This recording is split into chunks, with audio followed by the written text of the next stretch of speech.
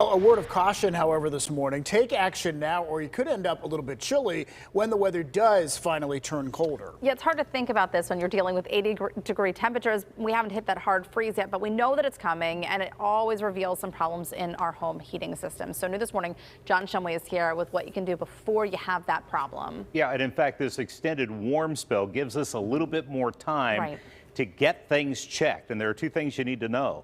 The long lines will come as soon as the cold hits. And like so many other industries, the heating industry is facing parts supply issues.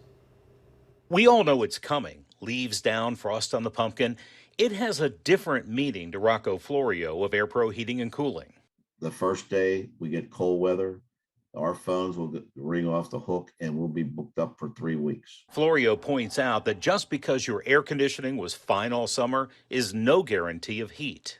There are a lot of electronics in furnaces like igniters, flame sensors that get dirty, igniters that go bad, which you wouldn't use in the summertime because you're using it just for the air conditioning. Florio says the first thing you should do is change your filter.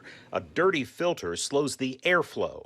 Because now, if you don't have enough air movement past the furnace passing through, it'll shut right down. It'll kick off on limit because you're building up too much heat in there. He says 1-inch thick filters should be changed monthly during the furnace season. The more technical stuff inside the furnace, Florio says, should be checked every couple of years. But if you do call someone in, beware of upselling. Basically, your furnace was working fine last season and they start talking about, you have this problem, and your bill's getting up to $800-900. You got to call somebody else.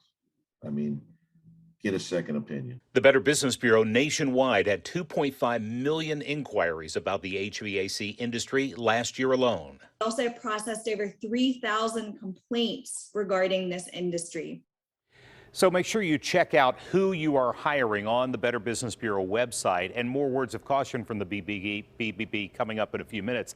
As for the parts, there is a supply chain issue. Now it's on the bigger pieces, the assembled pieces, but we're still talking about delays because of that. It's just, you hear about these supply chain issues and it's just gives you a headache just thinking about it. So what about getting your furnace checked? Is it expensive to do that?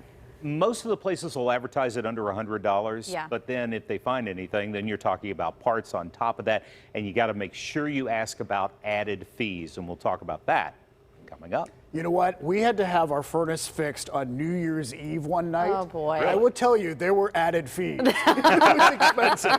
So I'll bet there were. Yes. All right. Thanks, John. We appreciate it.